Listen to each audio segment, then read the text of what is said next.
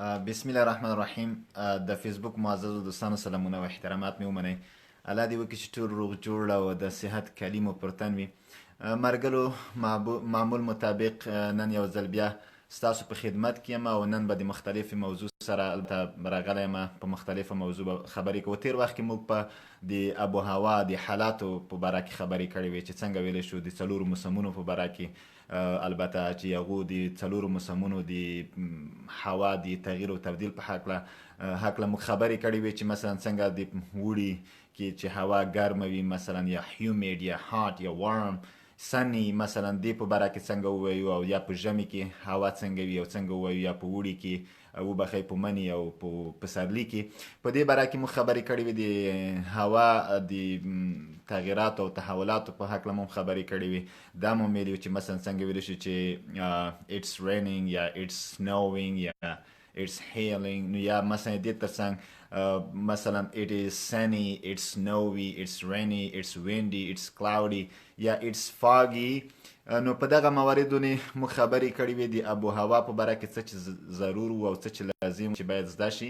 په هغې هکله انشاءالله موږ خبرې کړې وې. په هغې کې ممکن کومه ستونزه نه وي چې د آب و هوا په باره کې څنګه پوښتنه وکړو، څنګه ځواب ورکړو، څنګه یو چاته د آب و هوا په باره کې معلومات ورکړو، مثلا د مختلفو هیوادونو په هکله یا د مختلفو هیوادونو کې د مختلفو موسمونو د آب و هوا د حالاتو مطابق څنګه پوښتنه وکړو، څنګه ځواب ورکړو. په دې باندې موږ په جزئیات خبرې کړې وې. انشاءالله هغې جزئیات ته نه داخلیږو. نو انشاءالله نن به یو بله موضوع ما ټاکلې چې هغه د جاب یا د دندې په هکله دی، چې څنګه مثلا یو څوک وظیفه پیدا کوي یا څوک یا وظیفه په تلاش کې وي یا یو څوک وظیفه لري، مثلا هغه په وظیفې اړوند کوم موارد چې استفاده کیږي او کارول کیږي هغه څنګه مثلا دوی پوه شي یا د خپلې دندې په هکله څنګه خبرې وکړي، یا مثلا چېرته استخدامیږي یا استخدام شوي وي، مثلا د هغه کارګر او د کارفرما او د حقوقو یا د هغه وظیفوي مسؤلیتونو په هکله څنګه خبرې وکړی شي. نو دا هغه څه دي چې لازم دي چې یو څوک باید پرې پوه شي. نو په دغه هکله د موضوع اهمیت اساس موږ نننی موضوع د وظیفې یا دندې په هکله خبرو اترو ته ځانګړې کړې. نن به انشاءالله په همدې موارد باندې خبرې کوو. وعلیکم السلام مرګلو چې تاسو څومره سلامونه رالیږلي، سلامونه ته دی. وعلیکم السلام. او سلام brother, I am fine, thank you for asking. او هغه کړی دی چې خزان صاحب ویلی دی چې استاد هغه لینک خو راولېږه. ګرانه پوه نه شومه تاسو د څه شي لینک، البته لینک نه پوهېږم مخکې، البته که تاسو غوښتنه کړې وای خو ماته به یاد ته وایي چې تاسو کوم لینک وبخئ که واضح کړئ تاسو څه شي د لینک په باره کې خبره یا پوښتنه کوئ. ښه مننه مرګلو. نن به د جاب یا د دندې په هکله خبرې کوو چې مثلا یو څوک مقرریږي یا مثلا یو پوزیشن اناونس کیږي یا مثلا اعلانیږي، اعلان ته ورکړل کیږي، هغې دپاره مثلا خلک ریزومیانې یا سی وي هغې دپاره لیږي او بیا هغې دپاره شارټ لیست کیږي، بیا انټرویو وي، انټرویو نه شاته چې څوک چڼ کیږي او پس کیږي، یا هغې دپاره ممکن ځینې دندو کې سیکیورټي کلیرنس ته هم ضرورت ولري چې کوم یعنی البته جرمي سابقه ونه لري. نو د عدم مسؤلیت جرمي په هکله ځینې مراجعو ته هم دوی وړاندې کیږي دې په خاطر چې دوی د مسؤلیت جرمي یا عدم مسؤلیت جرمي په رابطه اړوند منابعو او مراجعو ته اطمینان ورکړی شي. نو دغسې هم یو طی مراحل شته.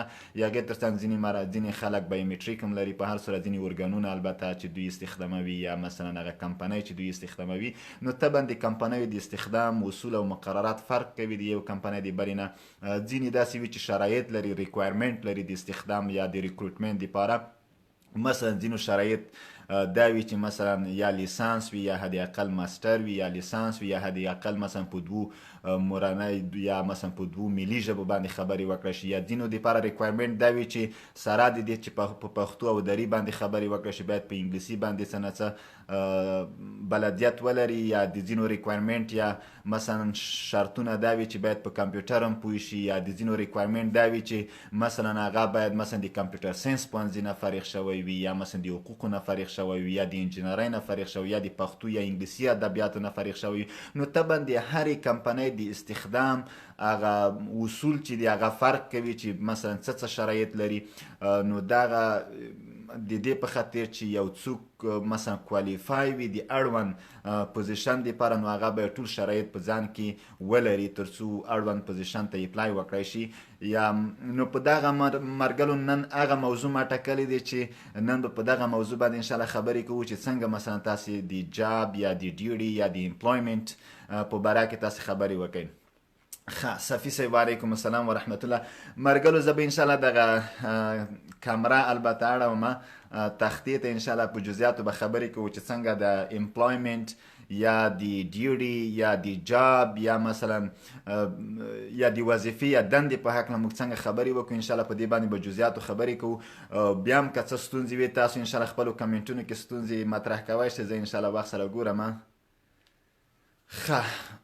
خزان صاحب تاسو ویلي دي چې هغه درسونه چې تاسو یوټیوب کې لرئ انشاءالله زه به ګرانو د یوټیوب لینک تاسو ته درولېږم او ځینې ملګري چې په میسنجر باندې پیغامونه کوي ګرانو که ما خبر اورئ البته زه خو اوس په دا عین وخت کې میسنجر ته لاسرسی نه لرم نو کولی شئ خپلې پوښتنې مو د البته مستقیم لایو له طریقه مطرح کړئ انشاءالله زه درته جواب درکوم. ملګرو زه کمره به واړوم تختې ته انشاءالله باقي خبرې به د تختې په مخ کوو.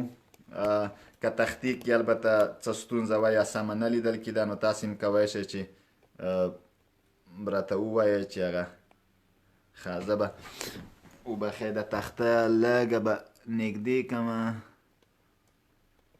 ښه مرګلو داسې دی چې یو بدبختي شته هغه ځینو مرګلو م یادونه کړې وه ما ته او ما هم بار بار په لایف کې ویلي دي هغه دا دي چې دغه ویډیوګانې چې زه ډکوم دا د یوټیوب دپاره البته واجد شرایط نه دي، دغه معیاري نه دي، هغه سټنډرډ ویډیوګانې نه دي چې باید د یوټیوب دپاره وي.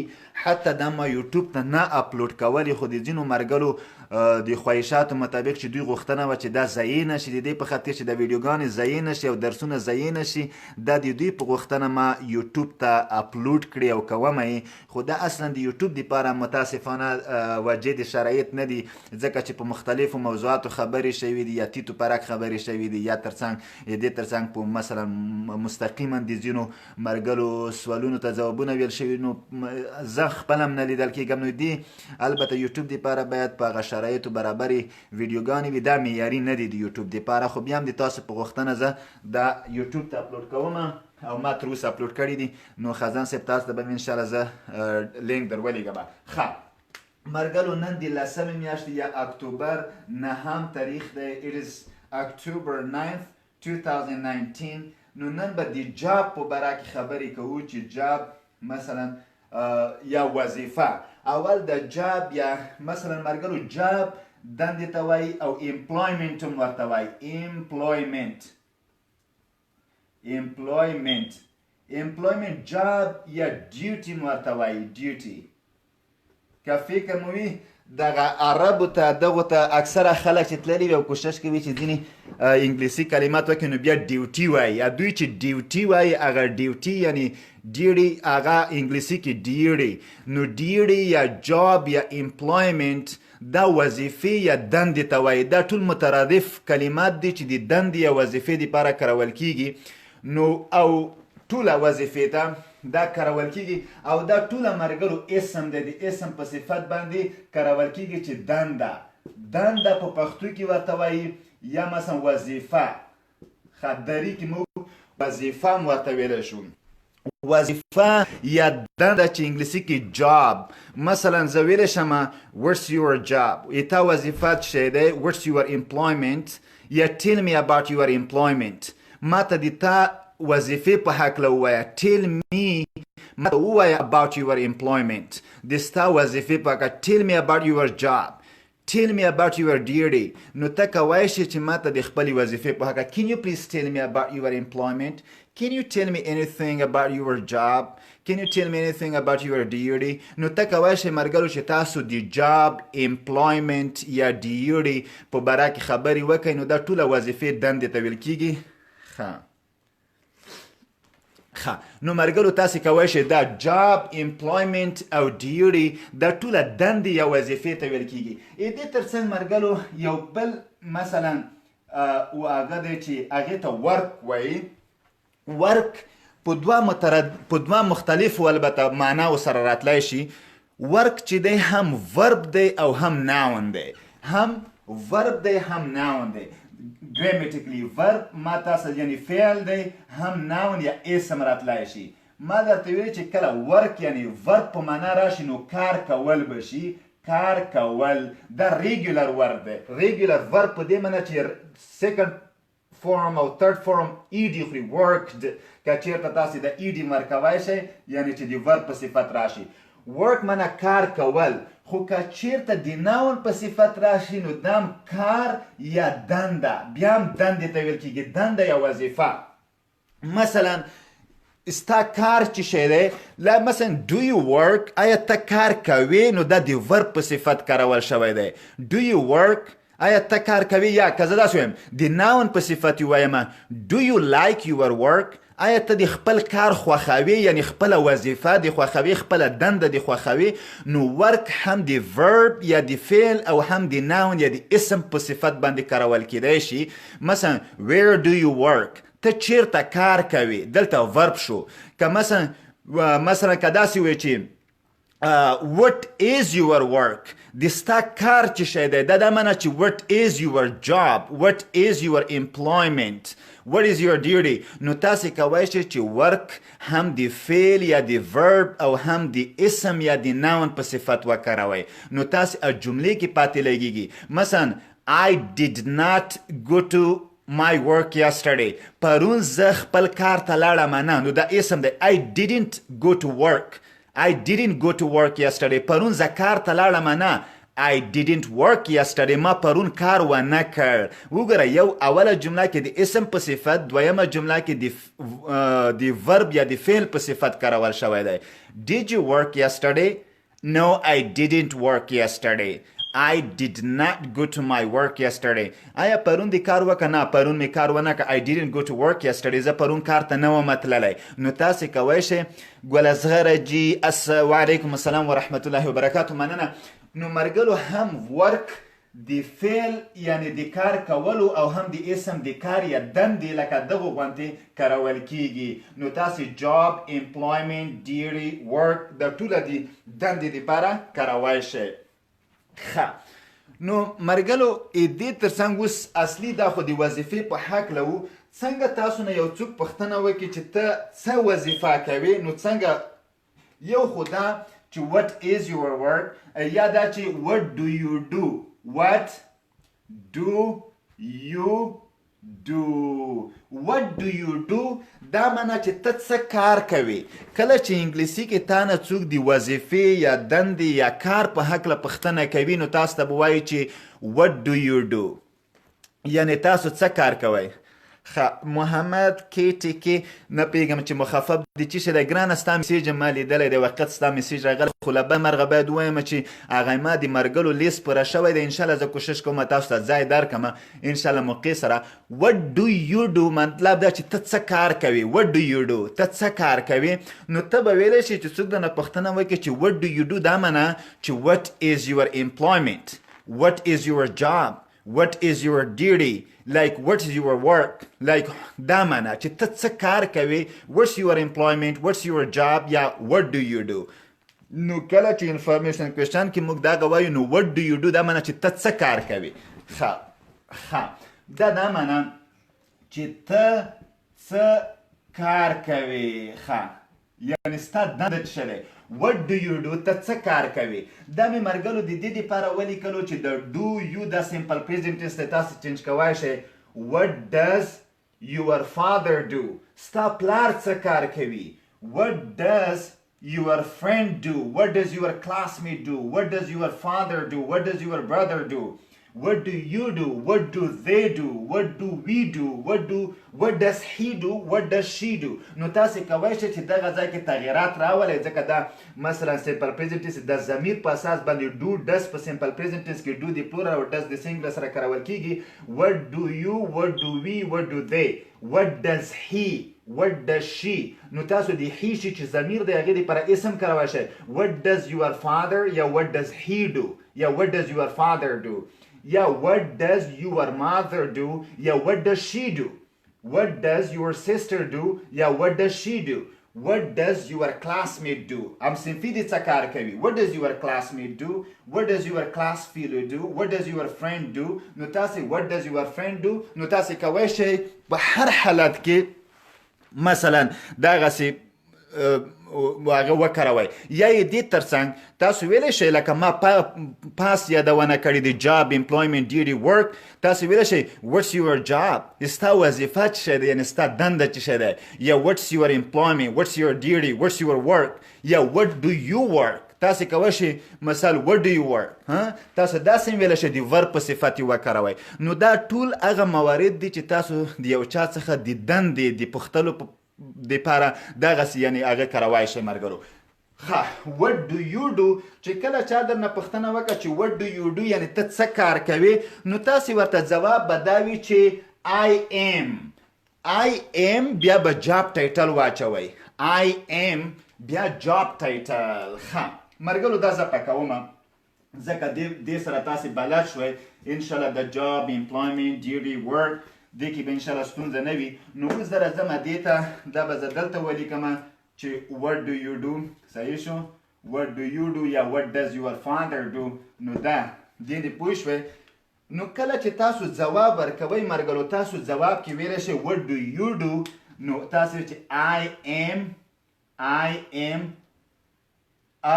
یا یا ان شه چې تاسو خوند درکوي په واو کانسوننټ ساوند باندې چې شروع شوي ان چې په واو ساوند باندې شروع شوی وي تاسو ملګري دغسې کې چې شی اچولی شئ جاب ټایټل جاب ماته وي چې وظیفې ته ویل کېږي ټایټل څه معنا هغه د وظیفې لقب یا عنوان یا بست نوم چې ته پې کار کوي دغه ته وایي ملګرو جاب ټایټل دا معنا چې هغه کومه دنده باندې چې کار کوي مثلا ځینې وي teacher is a job title مثلا student teacher engineer یا مثلا a doctor a nurse مثلا یا دا ټوله جاب ټایټلې دي what do you do ته څه کار کوي I am a teacher زه استاد یم نو تاسې کوی شئ د قوس کې چې ما جاب ټایټل لیکلی تاسو I am a teacher I am an engineer ځکه انجینیر په واول ساوند باندې شروع شوی نو بیا به د ا په ځای ان وایي I am an engineer نو تاسې کوی شئ ملګرو چې ووایئ چې I am a teacher نو د ټیچر جاب ټایټل دی I am a student I am a doctor I am a nurse I am a barber I am a cleaner I am a watchman مثلا تاسو دغه ځای کې هر رقم ته جاب ټایټل کاروی شئ یا I am an engineer زه انجینر یم نو ماته وی چې دا په کانسوننټ ساوند باندې شروع شوی او دا په واول ساوند باندې دغه ناون شروع شوی دی an engineer مثلا what do you do I am a teacher at مثلا یو سکول at public high school یو نوم واچوه at رقم ته at مثلا I am a teacher at رحمان بابا high school I am a teacher at خوشحال خان high school نو تاسې کوی شئ یو سکول نوم واچوه یو ارګانوم I am an engineer in لکه تاسو at یو کمپنۍ نوم اچوی شئ at مثلا فلانی construction company نو تاسې کوی شئ چې یو دغه واچوئ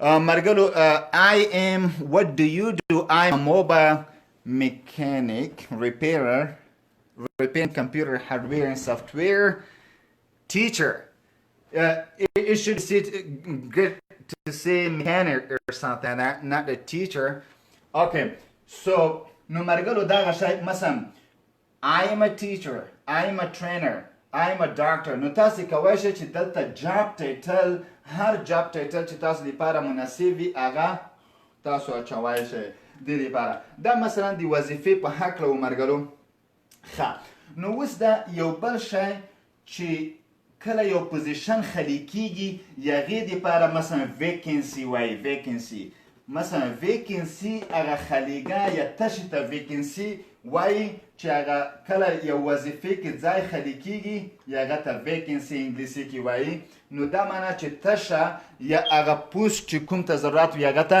ویکنسی لکه ویل کېږي چې کله ویکنسی وجود ولري نو هغې بیا څوک یو څوک کیدای شي چې استخدام شي ښه او هغه اناونس کوي مثلا پوزیشن اناونس کوي او هغه بیا او بل دا معنی مرګلو چې د پوزیشن دا معنی پوزیشن به زه ولیکم چې پوزیشن یو پوسټ موږ تاسو پښتو کې پوسټ ورته وایي دلته پوزیشن ورته وایي پوزیشن تقریبا هغه پوسټ ته وایي چې کوم یو وظیفه اعلانیږي یو جاب ټایټل اعلانیږي هغه ته پوزیشن لکه وایي هغه او بل اناونس کېږي اناونس دا معنی چې اعلانیږي کله چې یو پوزیشن اناونس کېږي یو کله چې یو ویکنسی وجود ولري یو خالیګاه یو تشه په یو دفتر کې کمپنۍ کې هغه پوزیشن بیا اناونس کېږي یعنی اعلانیږي کله چې اناونس شي دا کیدای شي چې مثلا د میډیا له طریقه اناونس شي کوم د سایت له طریقه اناونس شي د فیسبوک له طریقه اناونس شي مثلا د یا نورو کوم داسې مشهورو لکه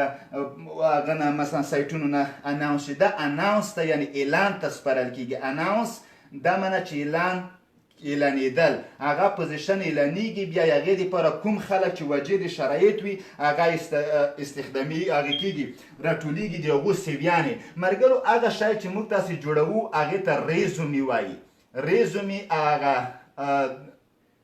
خلاصه یې د سوانح و چې دی هغه ریزومي یا سی وي لنډ دغسې سی وي هم ډېره مروجه دی چې په برټش انګلیش کې اکثره دغه هغه والا انګلینډ یا یو کې والا خلک چې دي هغه سی وي کاروي سی وي نو کله سی وي د دې لپاره او ریزومي په امریکن انګلیش کې دوی ریزومي وایي ریزومي دلته سی وي په امریکا کې څوک سی وي نه کاروي هیڅکله ټول وایي چې ریزومي do you have resume for your job do you have resume in order to apply for the employment نو ریزومي په امریکا کې ریزومي نو ریزومي اصطلاح ډیره کارول کیږي او په مثلا برټین یا په یو کې د سی وي کلمه حتی په پاکستان کې د ریزومي په ځای سی وي ډیره کارول کیږي نو تاسو مثلا دا دواړه مترادف کلمات دي چې دا د هغه سوانحو د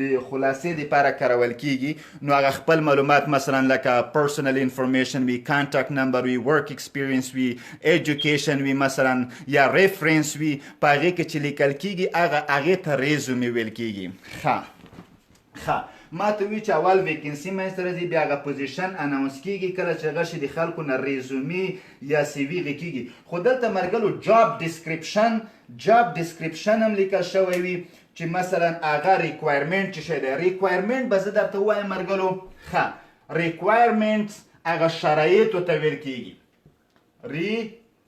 ریکوایر ضرورت ته وایي ریکوایرمنټ یعنی ضرورت لرنه ریکوایرمنټ چې موږ تاسو که د ایس ورکو ریکوایرمنټس معنا دا چې شرایط صحیح شرایط ما درته وویل چې هره کمپني یا یو مثلا ارګان چې مثلا هغه وظیفه یا ویکنسی اعلانوي یا پوزیشن اناونس کوي د مثلا هغې ته د خلکو مثلا ریزومي راټولوي هغه ریکوایرمنټس لري ریکوایرمنټس دا معنی چې شرایط لري شرایط یې دا وي چې he has to be graduated from law he has to be graduated he has to be graduated from 12th grade لکه دا لیکي چې هغه باید د 12م صنف نه فارغ وي نو یو د شرایطو نه requirements one of the requirements could be that he or she has to be graduated from 12th grade نو یو د شرایطو نه دا کیدای شي چې هغه که نر وي که ښځه باید د 12م نه فارغه وي نو کله چې ریکوایرمنټ دا وي چې 12م پاس وي نو ریکوایرمنټ باید ته پوره کړي نو مثلا دې په خاطر او بایوډیټا تاسو یادونه کړې دی کرم خان صاحب بایوډیټا بالکل چې د ژوند هغه ډیټا وي بالکل بایوډیټا ښه لکه مثلا هغه پاسپورټ کې چې هغه فرست نیم لاست نیم ډیټ اف برت پلیس اف برت دا شی هغې ته بایوډیټا شیټ هم ویل کیږي ښه ځکه د هغه ژوند خلاصه یې هلته لیکل شوي دی بالکل شرایط ریکوایرمنټس مثلا دا کیدای شي مرګلو چې you should be able to speak Pashto Dari in English So it could be one of the requirements. If you can speak Pashto and Dari, but you cannot speak English, you are not required. It means that you are not visiting the requirements. So you cannot be employed because you didn't meet one of the requirements which is very necessary for the company. نو مرګلو دا یو د شرایطو نه مثلا هر رقم ته شرایط یا requirement کیدای شي چې تغه د لپاره کوالیفای او که کوالیفای نه یو بل کلمه اوس مرګلو دغه خدای دې وکړي په دغه اصطلاحاتو پوه شوی وای نو زه اوس بل اصطلاح چې د لپاره ما درته ویلې چې دا ته د دې لپاره کوالیفای او که کوالیفای نه نو کوالیفای یا کوالیفیکیشن مرګلو دغه وایي چې کله یو کمپنی ویکنسی اعلانوي مثلا جاب ډسکریپشن اعلانوي چې تا به دا د ټاسکس او دا د ریسپانسیبیلیټي وي او هغه خپل ریکوایرمنټس یا شرایط اعلانوي چې مثلا 12 پاس باید 12 پاس وي باید په پښتو او په دري او په انګلیسي باندې رواني خبرې وکړای شي او دې ترڅنګ د افغانستان سیټیزنشپ یا طبیعت ولري سیټیزنشپ یا طبیعت د افغانستان ولري مثلا پاسپورت ولري دا او په امتحان کې کامیاب شي او دغه سکیورټي کلیرنس چې دی مثلا دغه پاس کړای شي بایومټریک پاس کړای شي دا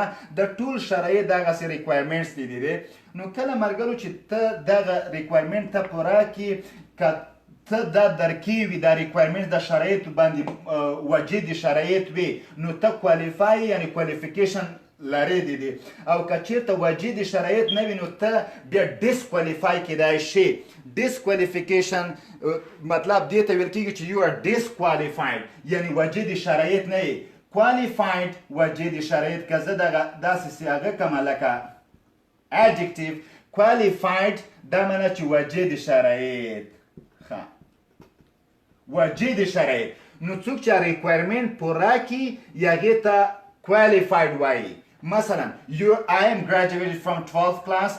Pashto is my first language. I can speak Dari as a second language and I can speak English fluently, and I will probably be able to pass the security clearance and biometric, any of the security processes.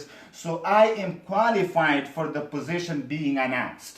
So I am qualified. زوجد شرایط یما مثلا یو بل کس دی he can speak English Pashto in Dari but he is not graduated from 12th class, so he is not qualified for the position being announced because one of the requirements of the position is that he or she should be graduated from 12th grade. I know that he can speak Pashto English in Dari, but he is not graduated from 12th class, so he doesn't meet the requirement. So he doesn't need one of the most important requirements, so he is disqualified, which means that he is not qualified for the same position because one of the qualifications should be, and one of the requirements is that he should be graduated from 12th grade. He or she should be graduated from 12th grade. Unfortunately, he or she, when someone is not graduated from 12th grade, it means that he's not qualified for the position being announced by one of the companies. نو مرګلو دا qualified دا معنی وجد شرایط او disqualified دا معنی چې وجد شرایط نه وي. دا ډیره اصطلاح دا کارول کیږي او دا مهمه موضوع ده. مرګلو یو بل شی چې درته ووایم چې افغانستان کې ډیره مروجه نه ده مروجه نه ده خو په نورو هیوادونو کې شته هغه دا ده چې هغې ته over qualify وایي over qualify یا over qualification qualified disqualified دغه ځای کې ځینې داسې کېدای شي چې over qualified د overqualified سمانه ما خو درته وی چې qualified چې وجد شرایط وي disqualified چې وجد شرایط I will disqualify him for not being qualified.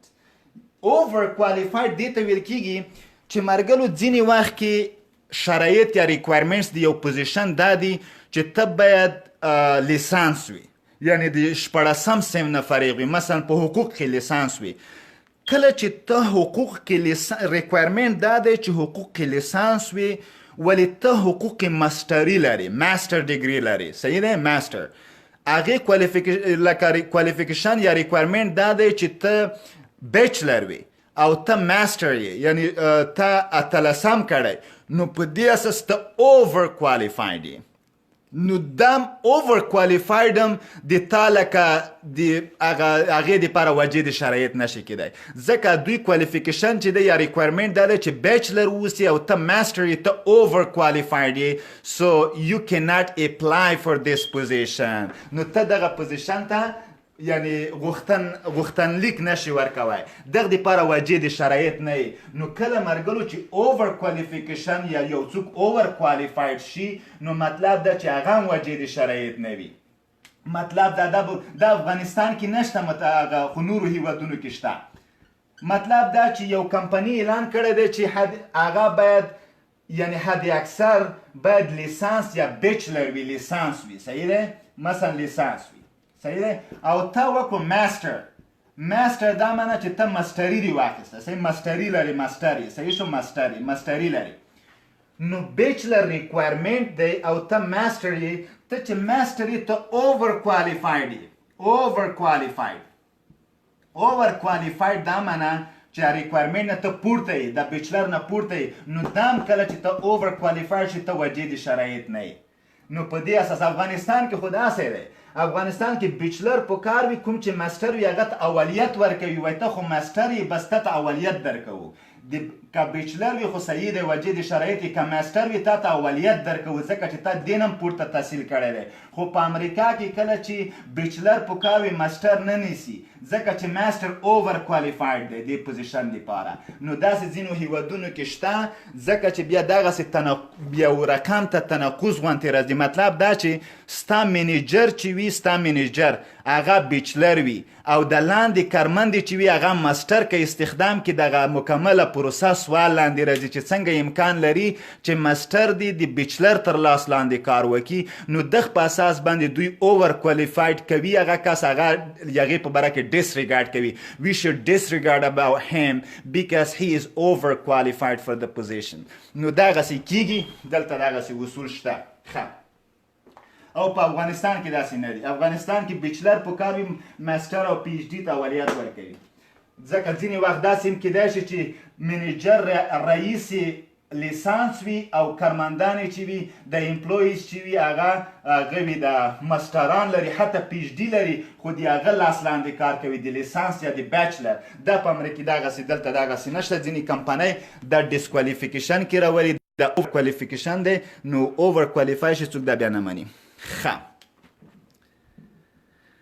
خدای دې وکړي چې په دې خبره پوه شوي وئ.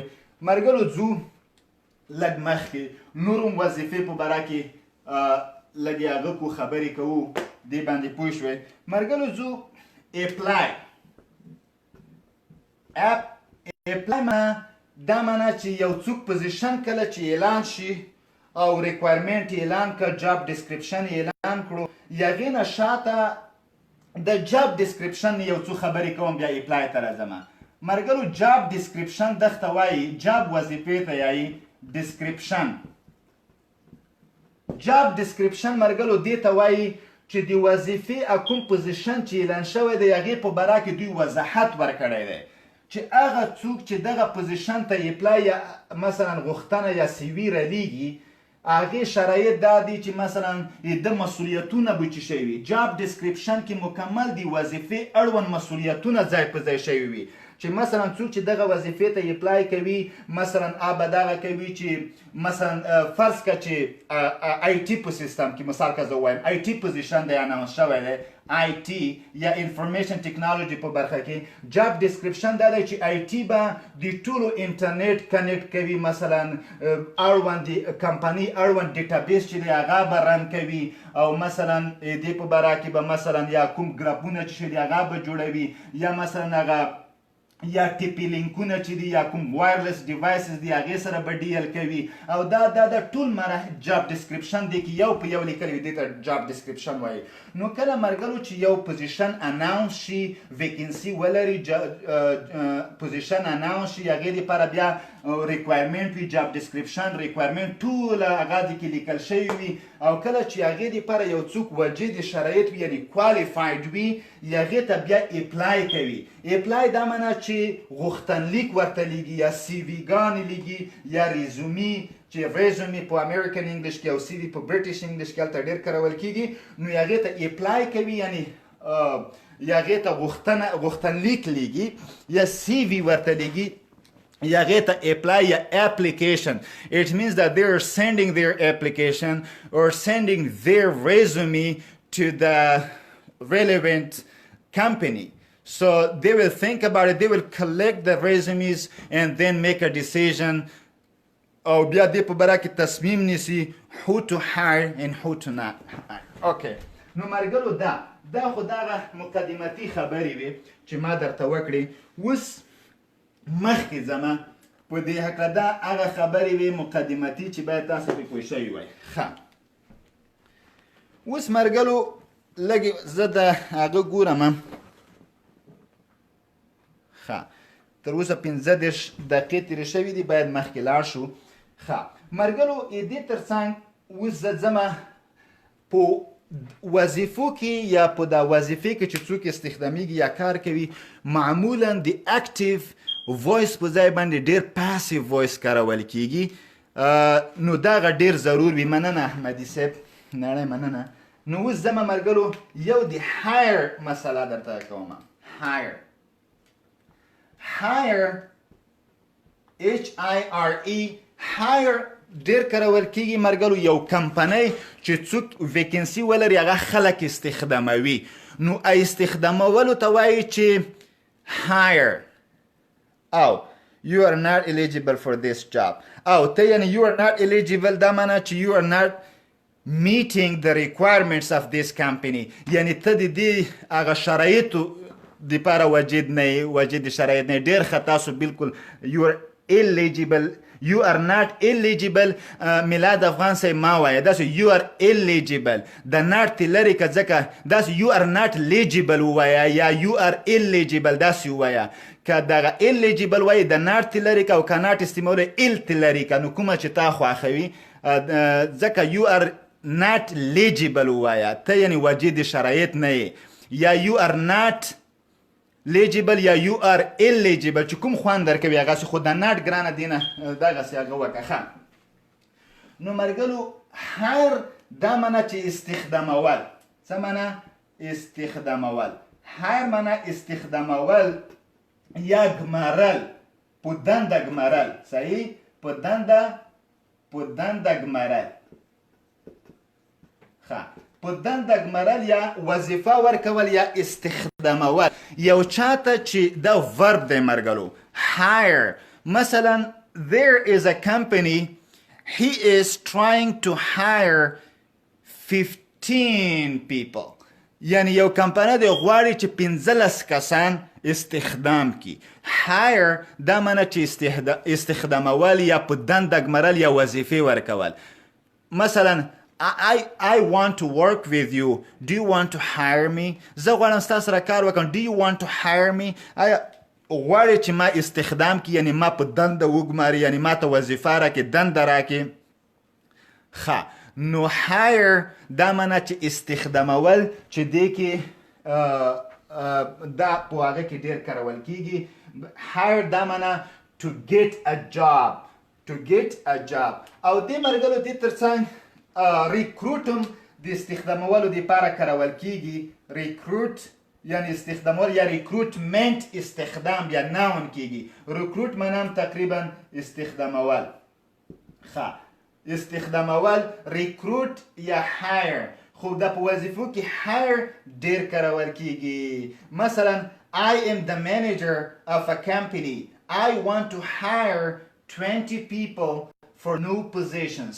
د نوو پوزیشنو لپاره 10 خلک استخدامومه. So anyone who are meeting the company requirements are most welcome. So هر څوک چې د کمپنۍ د شرایطو سره مثلا برابر وي هغه د هر کله راشي. No, anyone can apply for this position in order to be hired, in order to be recruited but the most important thing is that they should meet the requirements of the company. نو مرګلو دا غسي تاسو کوئ شئ hire د ریکروټ یا د استخدامولو په معنا راځي په دغه مواردو کې وکاروئ. دا ډیر مهمه خبره ده. او د hire مثلا yesterday I went to one of the companies who was hiring 20 people, but unfortunately I was not able to meet the requirements. I was not able to be interviewed for this position. لکه مثلا ته ویلی شي دغسې نو hire د استخدامولو په معنا راځي او ډیر مهم دی. د hire زید چې شلی مرګلو hire یو څوک چې استخدامولو ته وایي او د hire زید یعنی د وظیفې نه لرې کول یا برطرفه کول یا عزل کول یا چې هغې ته hire یا هغې ته fire ویل کېږي. fire مرګلو اور ته هم ویل کېږي خو دلته د اور په معنا نه راځي. fire دا معنا چې له دندې لرې کول، له دندې ګوښه کول یا عزل کول یا برطرف کول. نو څوک یا د وظیفې نه لرې کول نو hire چې څوک په وظیفې ګماري او fire چې له وظیفې لرې کوي. مثلا که زه وایم one of my friends was fired yesterday، پرون زما یو ملګری چې و هغه له دندې ګوښه شو. نو تاسو ما درته مخکې په اشارې کې وویل چې تاسې پاسیف دې کې ډېر لکه کاروی شئ. مثلا که زه وایم چې 20 people were hired استخدام شوه fired له دندو لرې شوه. 20 people were fired yesterday. دا دا معنا چې له دندو ګوښه شول. fired د له دندې د ګوښه کېدو په معنا. زه به له دندې ګوښه کېدل زه به دلته ولیکم چې د ځینې ملګري بیا وایي چې استاد د پښتو معنا ورته لیکه. له دندې ګوښه کېدل نو له دندې ګوښه کېدل یا عزل کېدل یا برطرف کېدل یا وظیفې نه لرې کېدل یعنی fire. تاسو ویلی شئ hire استخدامول، fire ګوښه کول یا له دندې لرې کول. نو تاسو کولی شئ مثلا first you will be hired by one of the companies, but the most important thing is that you should follow the rules and regulations of the company. If you will not, then you will be fired. مثلا کله چې یو کمپنۍ په واسطه تاسو استخدام شئ نو تاسو باید د هغې اصول او مقررات ومنئ. که وی نه منئ you will be fired by the company. نو ته به د کمپنۍ لخوا لرې شي یا برطرفه شي.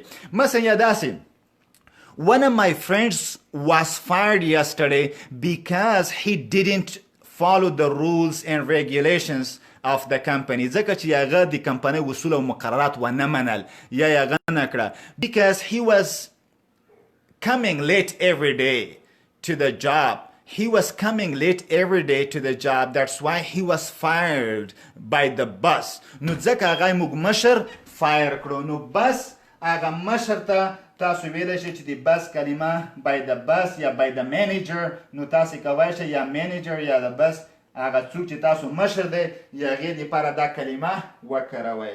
څوک چې هغه کمپني منیج کوي هغه ته manager او یا هغه غټ مشر دی بس دغسې ویل کېږي.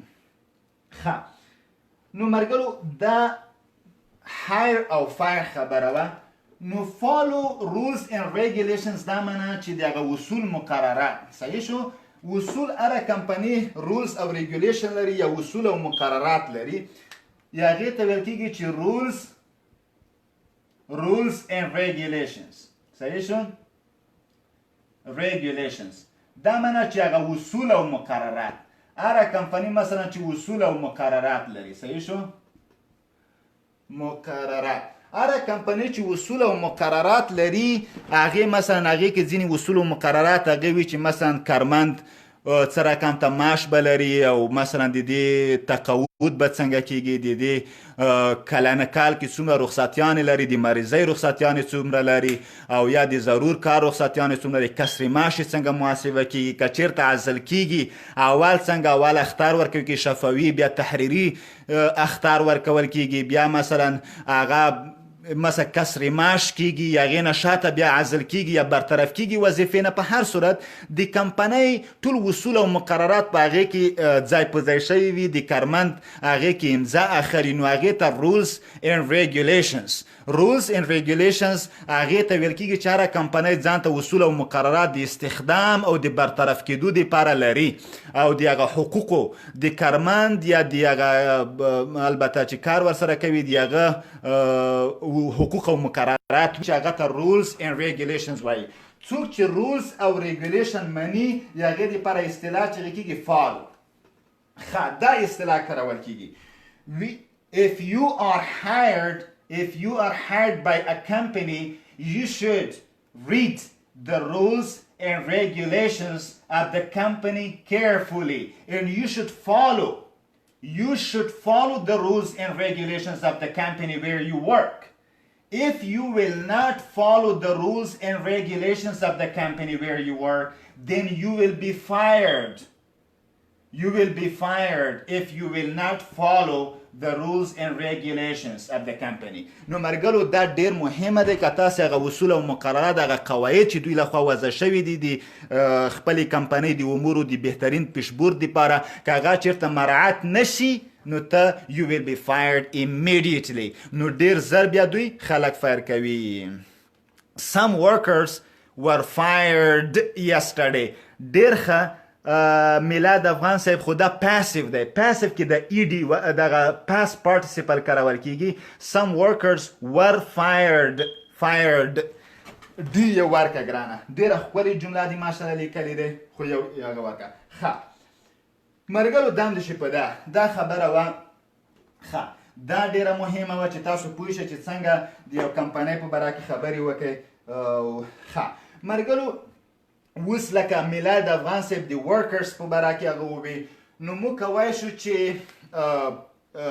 یو هغه کس چې تاسې استخداموي هغې ته ما لکه امپلویمنټ وویلې، امپلوی یا امپلویمنټ.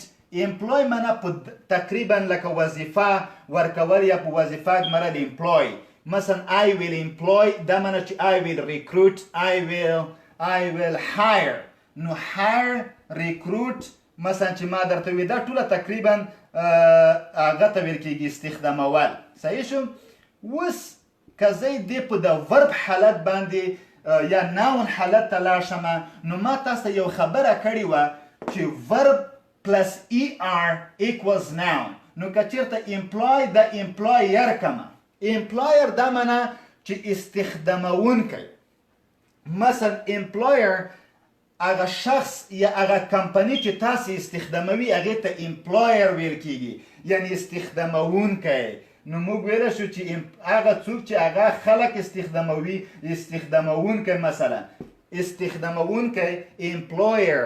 مثلا هغه کمپنی مثلا که تاسو د اتصالات سره یا MTN سره کار کوئ، so MTN is an employer because MTN employed the workers or the employees. نو څوک چې هغه استخدامونکی وي هغه که شخص وي که کمپنی وي، هغه که حقوقي شخص وي او که حقیقي شخص وي فرق نه کوي، که حقوقي وي یعنی معنوي وي او که حقیقي وي فرق نه کوي.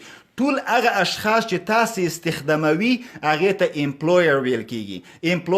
Employer can be a person, employer can be a company. So if you are employed by MTN, so MTN is your employer. نو MTN تاسې employer دی. مثلا if you are employed by one of the construction companies, so the construction company is your employer and you are the employee. او تا ته بیا څه شی ویل کېږي؟ employee. مرګلو دغه باندې پوه شئ. او که چېرته تا ته څه ویل کېږي؟ تا ته employee ویل کېږي. employee دا معنا چې کارمند یا کارکوونکی، یا د employee دا معنا چې labor. هغه تقریبا که زه چې worker employee یا معنا د worker هغه څوک چې یو کمپنۍ سره کار کوي یا که لکه لیبر غوندې لکه هغه کارمند یا هغه کارکوونکی چې یو کمپنۍ سره کار کوي هغه ته employee یا worker د لیبر چې دی دا په حقوقي کار پورې اړوند موضوع دی چې لیبر کارول کېږي خو تاسې worker تاسې ښه ویلی شئ چې employee هغه څوک چې یو کمپنۍ سره کار کوي employer هغه کمپنۍ چې یو څوک استخداموي نو دا داسې دی لکه فاعل او دا داسې دی لکه مفعول نو دغه ټکي خدای وکړي داسې employee دغه انګلیسي کې دا شی چې ای د ډبل ای چې اخر کې راځي دا اکثره د مفعول په صفت راځي لکه trainer trainee interviewee نو دغه بیا فرق کوي مرګلو د ډبل ای چې راشي د اصلا د مفعول په صفت باندې کارول کیږي نو employee دا معنا چې کارمند یا کارکوونکی مثلا سره کامتا labor so مثلا I am working for MTN company MTN is the employer and I am the employee is the person who works for a company نو دغه employee دا معنا چې کارمند I am employee of the Afghan government I am working for Afghan government so the Afghan government is employer because the Afghan government employed me and I am the employee نو دغه employee دا معنا چې worker صحیح شو دغه یا staff که چیرته staff ادبي اصطلاح د کارمندانو دپاره یو ادارې کې یو ارګان کې یا یو ډپارټمنټ کې چې څوک کار کوي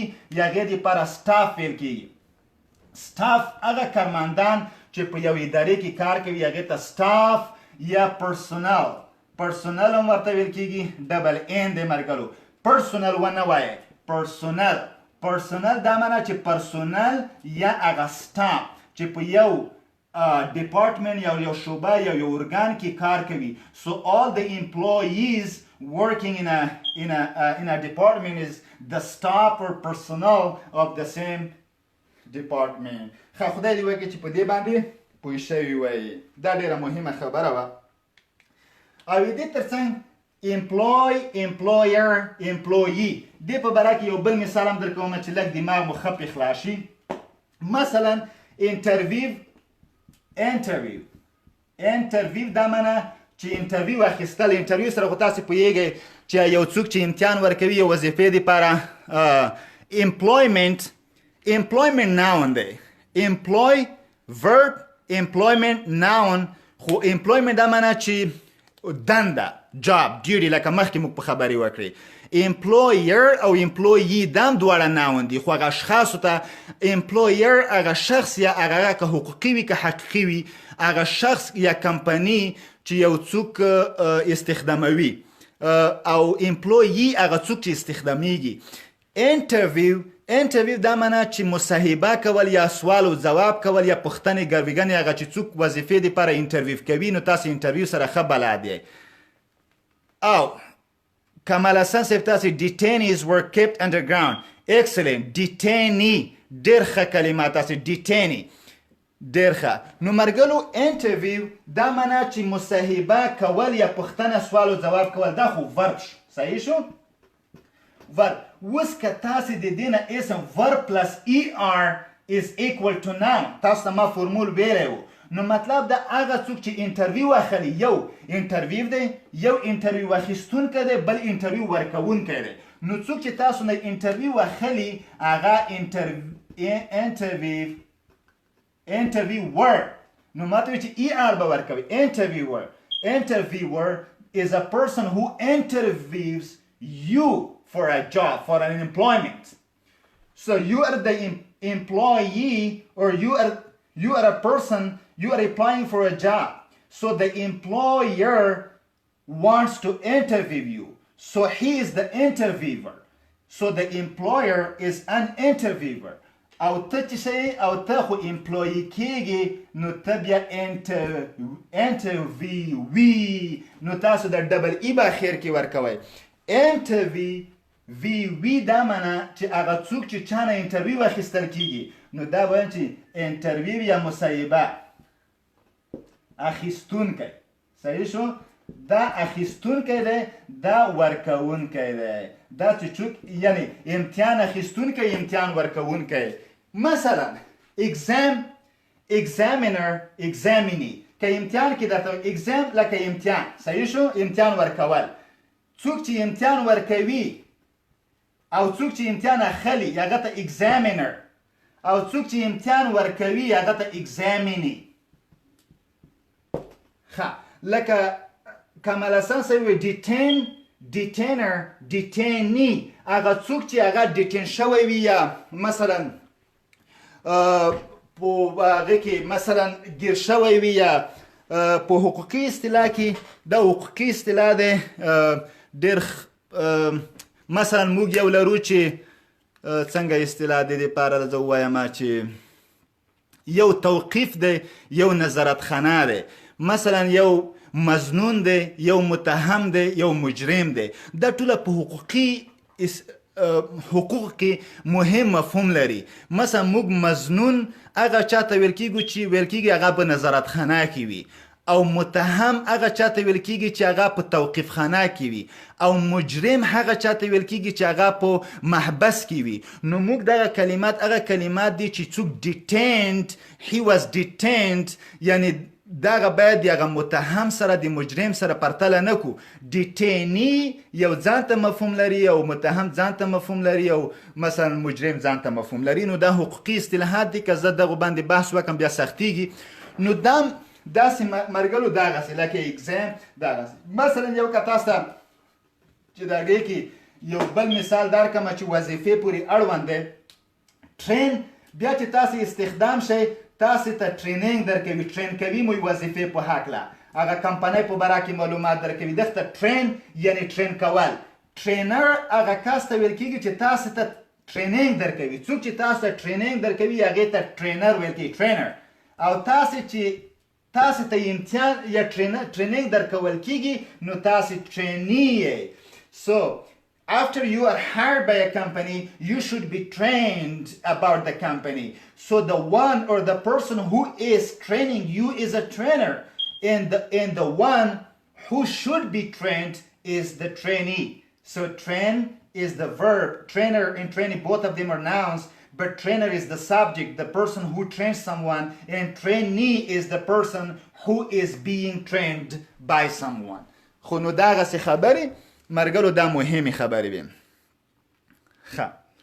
مرګلو ځمه مخکې په دې باندې لاړو دغې مرحلې ته ورسېدو چې مرګلو هغه پوزیشن اناونس شو، هغه اناونس شو، هغې دپاره ستاسو ریزومي شو، یعنې هغه کړئ اپلای مو وکړه، ریزومي وشوه، انټرویو وشوه، تاسو هایر شوئ. صحیح شو؟ هایر شوئ، استخدام شوئ، رولز اینډ ریګولیشن هغه فالو کوئ، ښه روان دي. اوس کله چې تاسو استخدام شوئ کمپنۍ سره مرګلو یو څو خبرې نوره دي. تاسو پروموټ کله پروموټ کوئ، پروموټ دې ته ویل کېږي پروموټ دا معنی چې تاسو پورته ځئ، د لوور ډیګري یا د لوور رینک نه هایر رینک ته ځئ، تاسو د ټیټې رتبې نه پورته ځئ، هغې ته پروموټ وایي. پروموټ دا معنی پرمختګ کول، پیشرفت کول، ترقي کول، یا ارتقا کول یا ارتفاع کول، لوړېدل. تاسو پوزیشن کله چې ټیټ پوزیشن نه پورته پوزیشن ته جګ پوزیشن ته ځئ، دې ته انګلیسي کې پروموټ ورب دی او پروموشن ناون دی. پروموټ پروموشن. پروموټ دا معنی چې ارتقا کول، پورته تلل. صحیح شو؟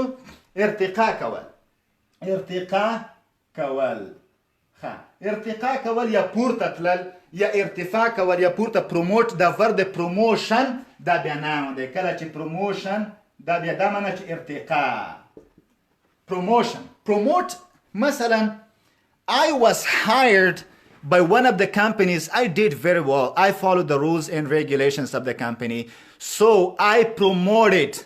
مانو ارتقا وکړه from مثلا یو position from a project manager position to a program manager position. I was a project manager before and then I promoted. I am a program manager now. مخکې project manager وما بیا مې ارتقا وکړه اوس program manager یم.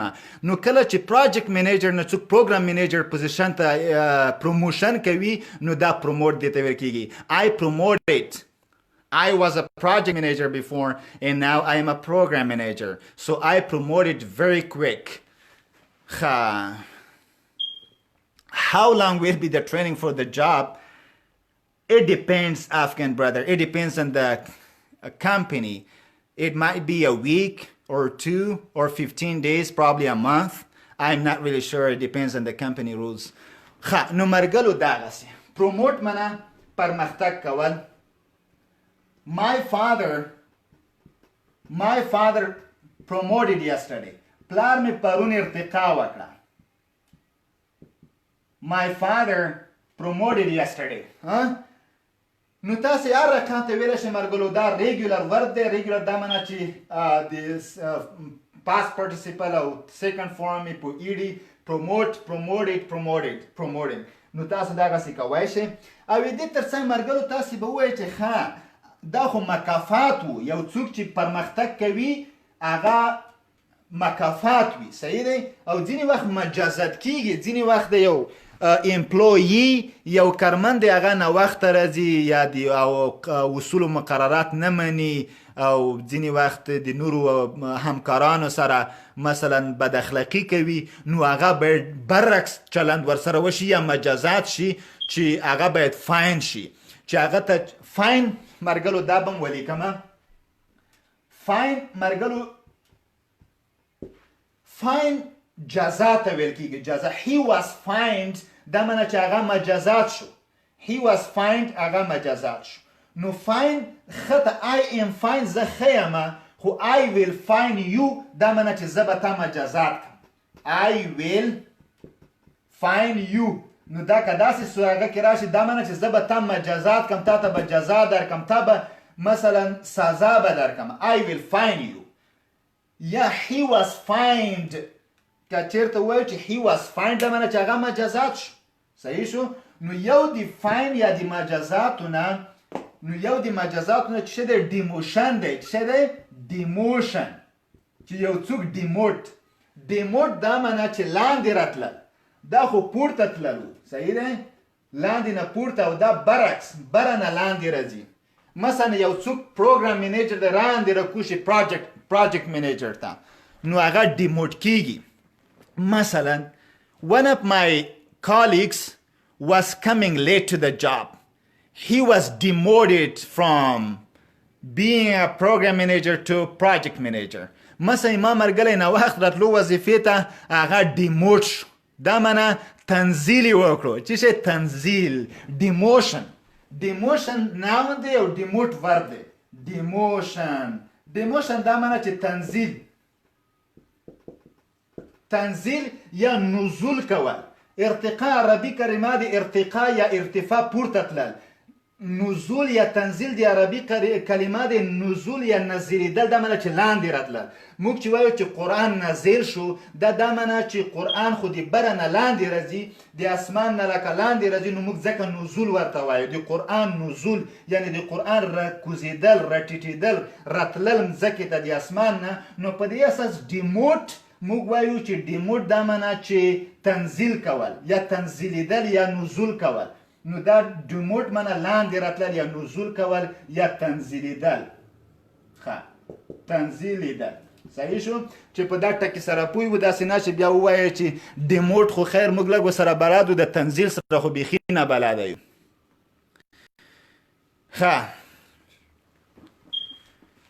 مرګلو ډېر ښه. کمال حسن صاحب تاسو ښکلي ما سره جملات کړی. Sting with the promotion so it will be either so I will quit or waiting to fire me up. ډېر ښه. مرګلو ښه شو. حسن صاحب یو بله هغه د کویټ په نامه ما مخکې لیکنه وکړه چې کویټ استعفا ورکولو ته وایي که نه پوهېږم چې ما ریکروټ وکړه. کویټ په باره کې مې نه دي کړي. ښه دې وویل چې اشاره دې وکړه زه به د هغه کړمه. مرګلو دې په باره کې مثلا I and one of my friends were hired in the same time by one of the companies. Yesterday I promoted and he demoted. یعنی زه ما یو مرګلی د یو کمپنی په واسطه په عین وخت کې استخدام شو.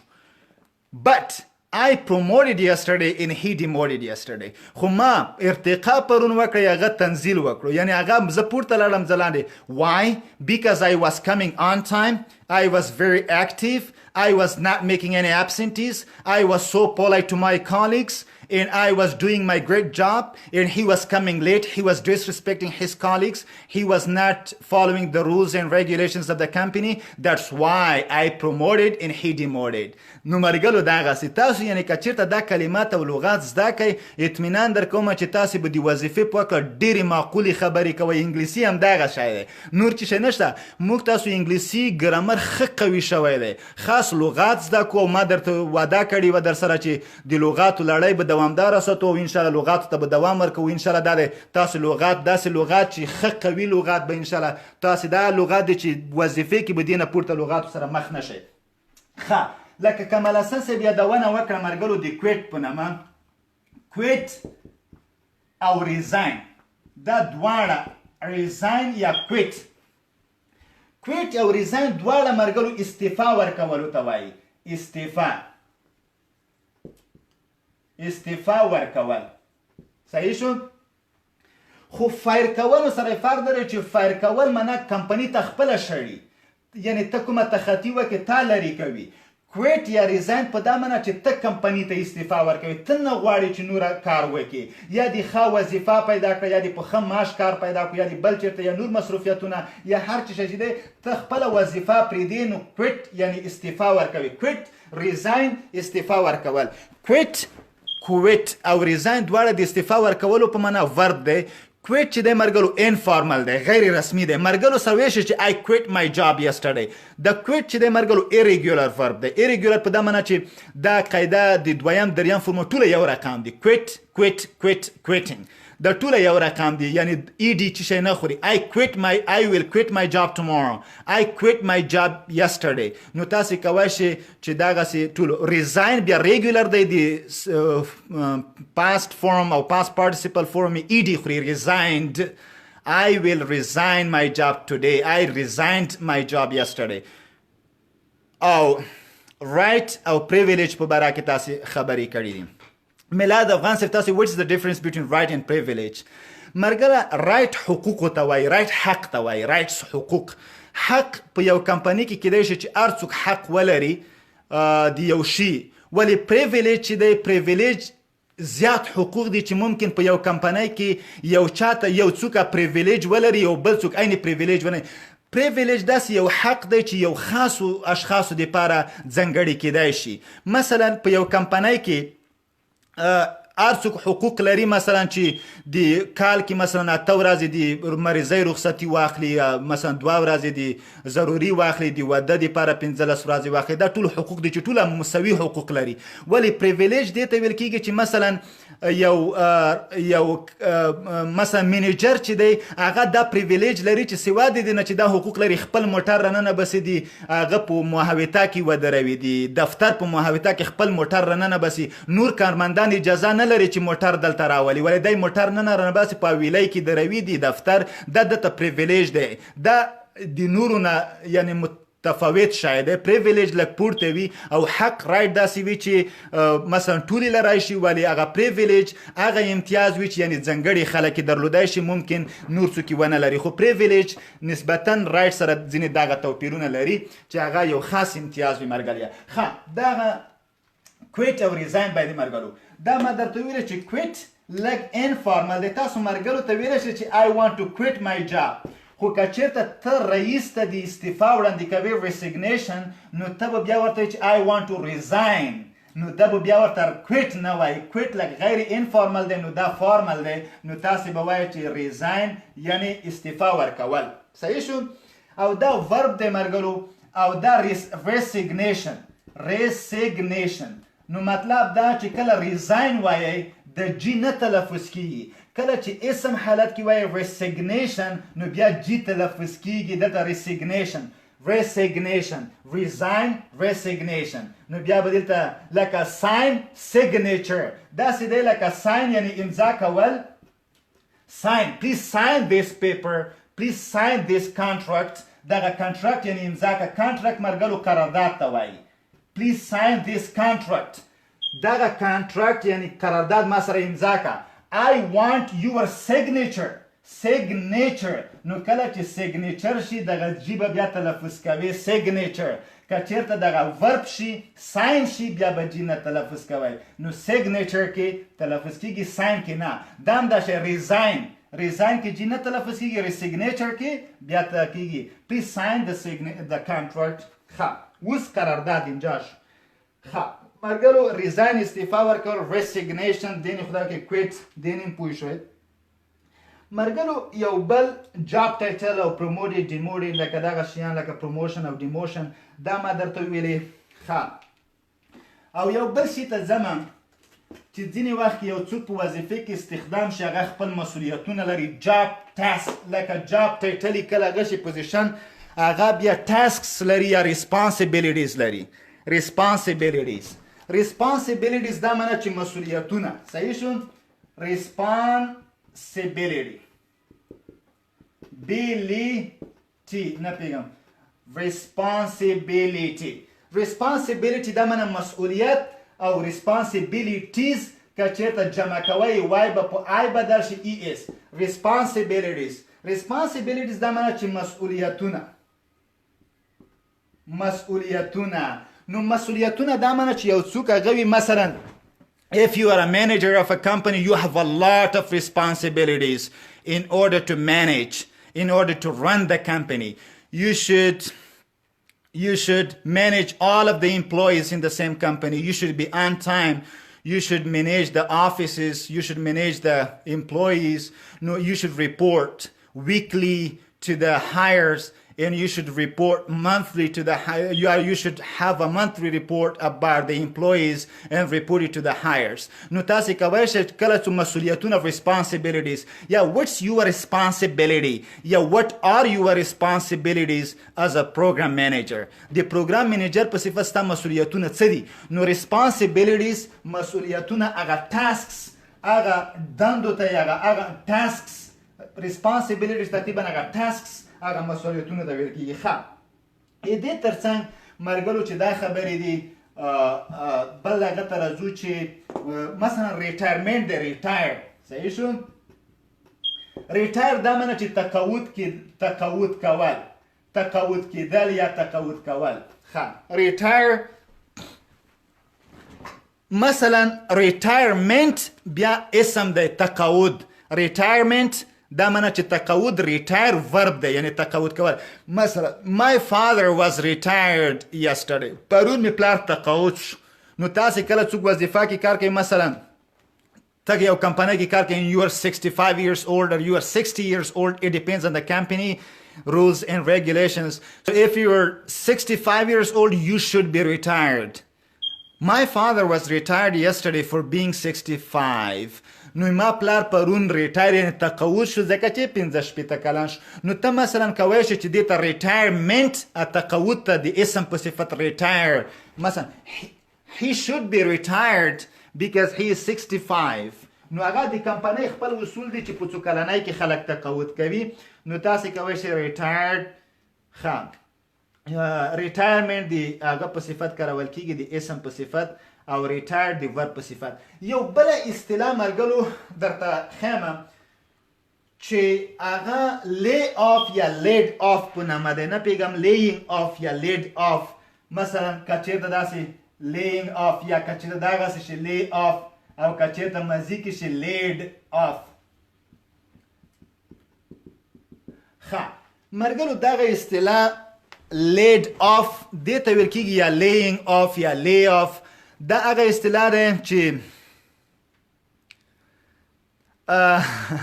what were the CEO Abdullah's responsibilities as well as his accountabilities یا کمال حسن صاحب تاسو ما فکر کوم چې غږوئ نور هغه خپله ښه پوهېږئ په هر صورت مرګلو چون وخت هغه دی زه به د لی آف په باره کې خبرې کوم لی آف اور لیډ آف چې دا په هغه کې تیره دی زمانې کې او په اصطلاح دا څه دپاره کارول کېږي دا په دغه وظیفو کې ډېره مهم رول لري یو دا د یو څوک چې استخدام شي هغه مثلا د کمپنۍ اصول و مقررات مراعات نه کړي هغه د چا لخوا نه فایر کېږي هغې ته فایر وایي لرې کوي ما درته وایي چې ځینې وخت سړی ښه وظیفه پیدا کړي آفرین تاسې مې لا د غوښتل authorities دا معنی چې hires هغه پورته یعنی پورته لوړ کسان نو هایر کیږي یو څوک چې استخدام شي او هغه ښه کارونه په وظیفې کې ونه کړي هغه فایر کیږي یعنی د وظیفې نه لرې کیږي فایر یا څوک بیا خپله شخصا ښه وظیفه په ښه معاش پیدا کوي او ښه پوست پوزیشن پیدا کوي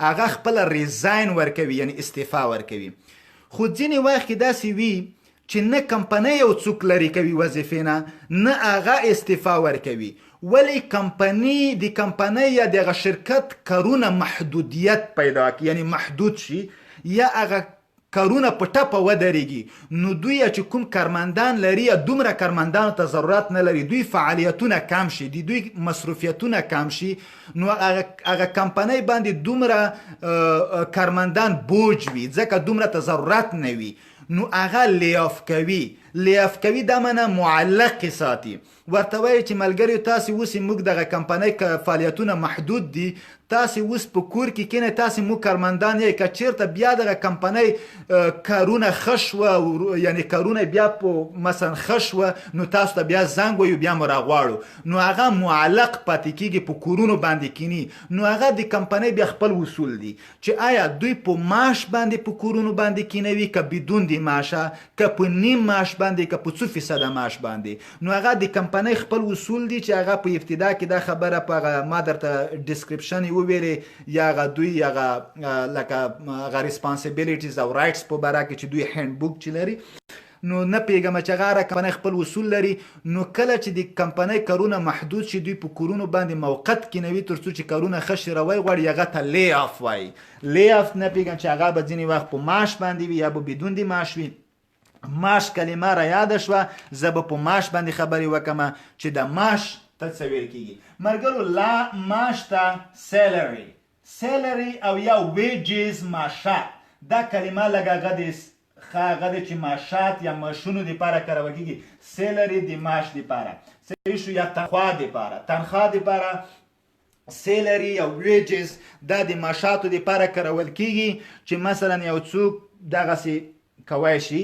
چې دا کلمې وکاروي د لپاره مرګلو ځینې وخت کې داسې پوښتنه کېږي چې who do you work for ته د چا دپاره کار کوي نو I work for the Afghan government I work for a construction company نو ته کوی شي دغسې ځینې وخت مرګلو تاسو نه څوک پوښتنه کوي لکه مخکې مو ویلې چې what do you do مثلا what do you do ته څه کوي څوک چې وظیفه ونه لري ما ته وایي چې هغې ته jobless نو دا وروستاړی چې دی موږ تاسو پریفکس افکس ان سفکس باندې خبرې کړې دي دغه مثلا سفکس دغه چې دی نو تاسو کولی شئ دغه سفکس مثلا ما ته ووایي چې دا یو دغه منفي کوي دا نفي کوي دا معنی جابلیس دا معنی بېدندې بېوظیفې لکه ما تاسو ته ویلي وو چې فادرلیس یعنی بېپلاره مادرلیس بېموره مثلا فوټلیس فوټلیس یعنی بې پښې چا چې پښه نه وي لکه فوټلیس معیوب ته لکه ډیسیبل چې وي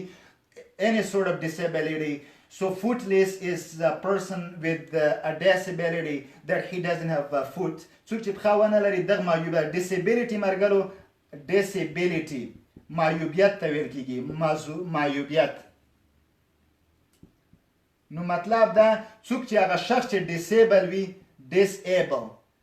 disable یعنی not able نو یعنی چې معذور وي که نه معیوب وي یا معذور وي یا معیوب داسې کلیم نو معیوب دپاره disable یا disabled که صفت په صفت د صفت په توګه یې وکاروئ disabled he is disabled نو داسې ویلی شئ نو دغه یو disability دی یعنی فوټلیس څوک چې پښه ونه jobless څوک چې وظیفه ونه لري jobless هم ورته ویلی شو او یا ویلی شو he is unemployed ما درته ویلې چې د ان چې د پریفکس په صفت دا هم د منفي یعنی نیګیټیو پریفکس دی نیګیټیو امپلوید دا معنی چې په وظیفه ګمارل شوی امپلوید he is employed هغه ګمارل شوی دی په وظیفه he is unemployed دا معنی چې he is not employed هغه په دنده نه دی ګمارل شوی تقریبا بې وظیفې یا بیکاره موږ تاسو ته he is unemployed یا he is jobless. He is jobless یا he is unemployed دا معنی چې he doesn't have a job. He doesn't have unemployment. نو څوک چې employment job یا duty یا work ونه لري هغې دپاره دغسې موارد کارول کیږي.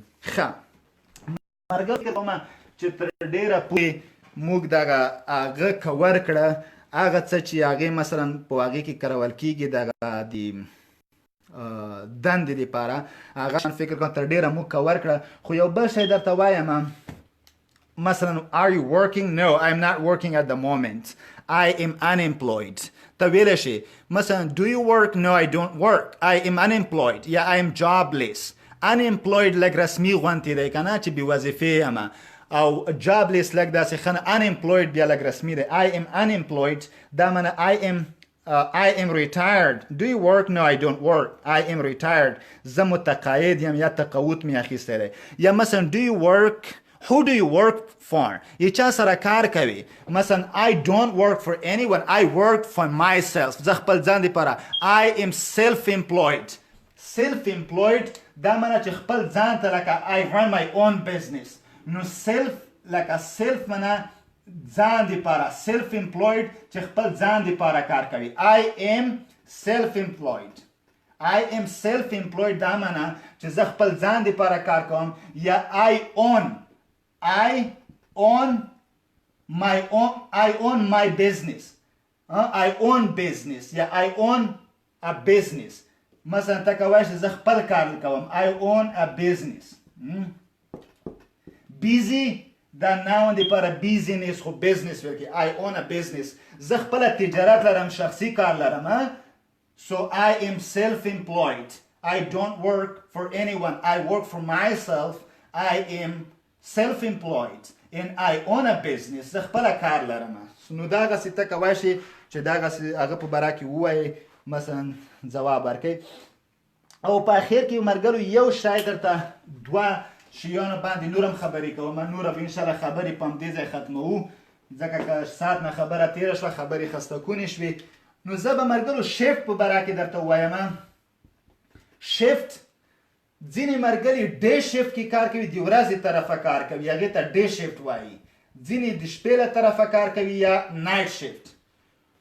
Do you work? What time do you work? مثلا څه وخت کار کوي. I work for day shift.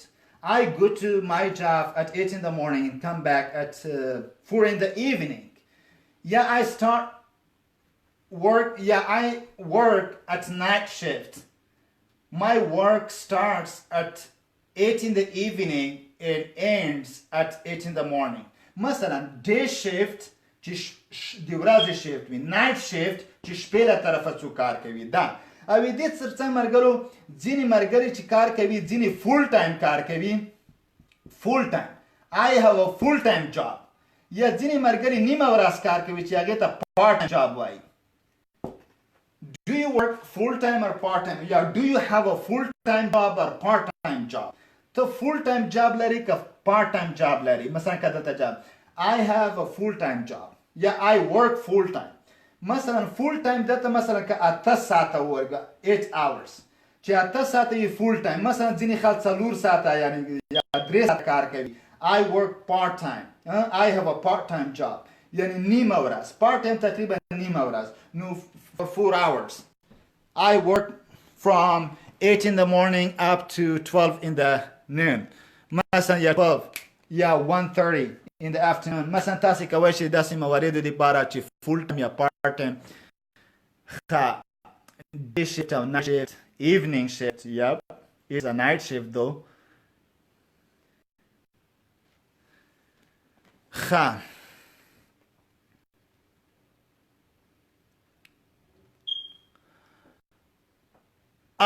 تاسو dear teacher, but you can also give me some highlights. Some living paternity leave because our people slowly merging to the global employment market. They should know. کمال حسن صاحب زیاته مننه. تاسو البته دا داسې دی چې تاسو د پلار کېدلو او مور کېدلو په هکله ویلي دي. یعنې څوک چې مثلا ذکور چې وي هغې اولادونه کېږي البته هغه یعنې پلار په صفت، هغه طبقه وناس د مور په صفت چې کېږي. دا داسې دی چې جاب ډسکریپشن کې دا دقیقا څوک چې کله یو کمپنۍ په واسطه استخدامیږي هغې کې جاب ډسکریپشن یو هینډ بوک لري. دوی هغې کې مثلا هینډ بوک یا دوی ریسپانسیبلیټیز، دوی اکاونټیبلیټیز، مثلا هغې کې رولز ریګولیشنز، دوی مثلا لکه سیک لیوز یا مثلا ارجنټ لیوز، دا دغه موارد دوی په هغې کې چې څیړل شوي دي پلان کېدو یا مثلا د ودو یا مثلا ارجنټ لیو، داسې هغه دی چې دوی په معاش باندې څومره وخت کېدی شي، څومره بدون د معاش کېدی شي. نو هغه د هرې کمپنۍ فرق کوي. ځینې البته د مور کېدو پلار کېدو لپاره 15 ورځې رخصتي ورکوي، ځینې ورکوي زیات. دا سړی دقیق ځکه نشي چې دا داسې معیاري دې دپاره داسې معیاري فکر نه کوم چې نړیوال معیاري رخصتي او ورځې محدودې شوي وي چې باید د دې نه کمې د دې نه زیاتې نه وي. خو فکر کوم چې هره کمپنۍ ځان ته اصول او مقررات لري چې هغو په نظر کې نیولو سره د پلار کېدو یا مور کېدو دپاره دوی ځانګړې ورځې په اختصاص کې ورکړې وي چې هغه به البته ځینې وخت کې داسې هم کېدی شي چې د پلار کېدو دپاره ځانګړې ورځې دي نو هغه په معاش باندې دي. مثلا پلار دومره مسؤلیت نه لري د پلار کېدو په هکله، نو هغه محدودې ورځې رخصتي لري، هغه په معاش وي. او د مور کېدو دپاره چې هغه مثلا ډېر مثلا د اولاد هغه د یو نور امراض دي مشکل دي، دغه مشکلاتو په اساس باندې د مور دپاره ځینې ورځې بیا داسې ځانګړې شوي وي چې ځینې ورځې یې په معاش باندې رخصت وي او ځینې ورځې بیا باقي تر یو حده پورې په بدون د معاشه وي، خو وظیفه یې محفوظه وي، هغه پوزیشن یې محفوظ وي. ځکه چې مور مکلفیتونه نسبت پلار ته زیات وي، نو کله چې څوک مور کېږي ځینې ورځې په معاش باندې رخصت اخلي او ځینې ورځې بدون د معاش نه البته رخصت اخلي. نو په دې اساس باندې نو بیا هم درته وایم چې داسې یو خاص معیار متاسفانه دې دپاره وجود نه لري چې داسې نړیوال خاص معیار وي چې په هغې باندې موږ ځانګړې خبرې وکړو چې دغسې دي. نو خو بیا هم البته بیا هم کمال حسن صاحب باید ووایم چې د مور د مکلفیت او د یعنې زیات مکلفیتونه او مسؤلیتونه یې زیات وي نسبت پلار ته په دغسې مواردو کې، نو هغې په معاش باندې ځینې ورځې رخصتي په معاش او ځینې بدون د معاش وي. الله دې وکړي چې مشکل حل شوی وي. خو بیا هم داسې دقیق نشم ویلی متاسفانه چې مثلا داسې معیار څه دی او څو ورځې، خو بیا د یو کمپنۍ د بلې کمپنۍ نه فرق کوي طبعا. نو ځینو دپاره به طبعا زیاتې وي، ځینو دپاره به کمې وي، ځینو دپاره به ډېرې ورځې په معاش وي یا به ډېرې ورځې بدون د معاش وي او ځینو یو څه توپیر سره به د کمپنیو فرق وي. ښه ملګرو، بس نن مو البته د جاب په باره کې خبرې وکړه چې رایټس او ریسپانسیبلیټیز باید ما ریسپانسیبلیټي ولیکل چې هغه مسؤلیتونه دي او حقوق چې دي هغه رایټس دي، هغې په باره کې متاسفانه ما څه ونه لیکل. خو هر کارمند یا امپلویي دی یو کمپنۍ سره چې کار کوي یو طرف ته ولو که دا رایټس یا حقوق لري په مقابل کې ریسپانسیبلیټیز لري، مسؤلیتونه مکلفیتونه لري، اکاونټیبلیټیز. دا په دې معنی چې کله چې یو مزدور یا لیبر یا امپلوی یا ورکر د یو کمپنۍ سره هغه حقوق ترلاسه کوي، یعنې سیلري خپل معاش اخلي، مثلا دغه د مریضۍ حق لري یا نور حقوق لري، همداسې مکلفیتونه هم لري چې باید متقابل احترام د کمندان مثلا د همکارانو د په خپل ټیم راتلل او خپل مکلفیتونه په وخت ترسره کول. نو دغه څه دي چې مثلا په دې باره کې باید سړی پوه شي. ښه یوسفزی چرخي صاحب مننه. او love you my teacher I was just concerned about the words meaning. او کمال حسن صاحب مننه. بالکل هغه ښه تاسو که د الفاظو د هغه معنی په باره کې البته یو ستونزه یا تشویش ولرئ، هغه دا و چې طبعا هدف یې همدا دی چې پلار کېدل او مور کېدل. ښه may bless you, protect you and give you long life. You are the hero of Afghanistan and all the Pashto community. Keep it up. مننه محمد رسول صاحب، تاسو البته احسان کړی دی. مننه له لاوریانې نه مو نړۍ مننه. دا ملت دغه خلک دا وطنوال په موږ ډېر حق لري. موږ ډېر داسې یعنې ډېر کم وخت دوی دپاره محدد کړی دی، دوی دپاره مو مختص کړی دی. په کار و چې دوی دپاره موږ ډېر لاڅه کړې وای، ډېر خدمات مو وړاندې کړي وای، خو له بده مرغه د وخت د کموالي پر اساس باندې همدغه د دوی په ډېر څه ومني. دوی وقت حقوق لا ډېر دي، یعنې خو بس متاسفانه د وخت کموالی او ځینو سہولتونو ته نه لاسرسی. نو په هر صورت الله مو عزتمن لره، خوشحال اوسئ. بس چې تاسو دومره مننه کوئ دا د مننې وړ نه دي، بیا هم نړۍ مننه. او عبدالملک مسلم صاحب تاسو ویلي چې سر کوډ یو اډ می. مسلم صاحب زه باید ووایم چې هغه ما چې هغه 50,000 متاسفانه یو معلوم تعداد نفر دی چې هغې نه زیات نه اډ کېږي هغې کې د فیسبوک د هغې اصولو مطابق، نو زه هغې نه زیات نشم اډ کوی. خو دا خیر دی، وخت سره به انشاءالله ځینې ملګري زه که چېرته دغسې چې غیر فعال و یا په غیر فعال په دا معنه ځینو آی ډي بندې شوي وي که ما مخې ته راغله حتما به انشاءالله په عوض یا هغوی په ځای به تاسو زه اډ کوم. عبیدالله صاحب تاسو د واتساپ نمبر غوښتنه کړې دی ګرانه، صحیح دی. انشاءالله چې ماته مسنجر کې هغې کې زه به هغه لینک درته درولېږم. او صفي صاحب مننه، خوشحال اوسئ. مننه مرګلو. بس په همدې ځای به پای ته ورسوو، خو دومره باید ووایم چې موږ تاسې هغه د لغاتو یا د وکیبلري د تقویې برخې ته داخل شوي یو، نو تاسو نه مې غوښتنه دا ده چې دغسې اړوند ټول لغات چې دي په مختلفو جملاتو کې استعمال کوئ، ولو که زه په یو ټینس کې استعمالوم تاسې په بل ټینس کې استعمال کړئ، ځکه په مثبته جملې کې استعمال تاسې په منفي سوالیا کې استعمال کړئ. مننه شیراز صاحب، الله مو خوشحال لره. مننه، ډیره مننه کمال حسن صاحب. تاسو ټولو مرګلو، ټولو لوريانو ته او ټولو دغه نیک احساسات او البته د دغو ټولو نه نړۍ مننه، خوشحال اوسئ. انشاءالله مسلم صاحب دا به انشاءالله ویډیو به م یوټیوب ته اپلوډ کړم انشاءالله. مننه تر بعدي درس پورې چې د جمعې په ورځ د افغانستان په وخت د شپې په 9 بجو به پیلېږي، تر هغه وخته پورې مو په لوی او متعال خدای سپارم. ښه وختونه، ښې چارې.